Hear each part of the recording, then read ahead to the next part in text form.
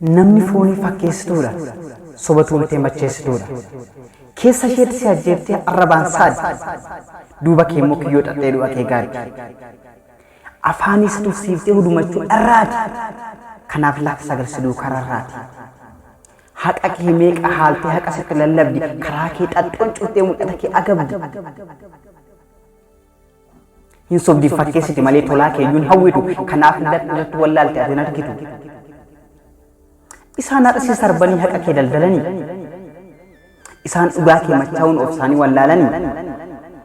isaan nagaa kee boorsanii abanniitti nyaatanii isaan halkanii guyyaa faati kee yaadanii bar gaafa ati buute gaafa dachee weerratte gaafa addunyaa sobaa kanaatti nagaa kee dhaammatte gaafa daboo kee baanii reeffa kee gaggeessanii gaafa ati ajooftee qeerraa sidheessanii osoo carraa argattee takkaa ol jettee ilaalte sobaa addunyaa kanaa osoo mil'achuuf yaalte warri kaleessa jibban warri sitti naafanii akka reeffa keetti bu'anii maraatan jechoota maraachuu takkaasoo wakkatiin waan kaleessa godhan akka waa yaadatiin akka nama jaalala keen garaansaa cabee akka nama jaalatu dirqiidhaan dhabee imimmaan naachaa bu'uu fakkeessanii garaa nama isaan hin beekne hammeessanii ebalu keenya sakaleessa dhabne gaafa inni lubbuun jiru kan dhimma isaan qabne kun olaalaa har'a hunda jaalata qoma isaa rukutadhee sobee boo'ee dhaadata anaa nyaatu jedhee sobee hiixuta silaa gaafa inni jiru saggoo eegumsuuf duukaa luuxa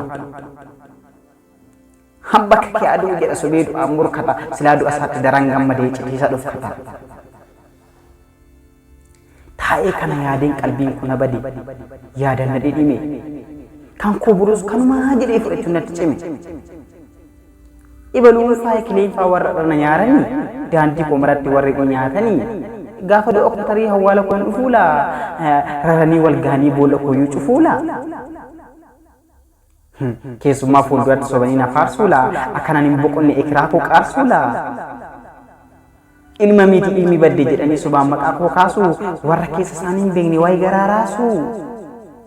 osoo uumaan dhugoomee carraa nuuf lammeesse osoo gurri keenya soba isaanii dhageesse silaa fuula fuulatti ija ishee tuunni afaan ishee qabsiifna yoos nagaan boqonnaa jeenna taallee ceebna.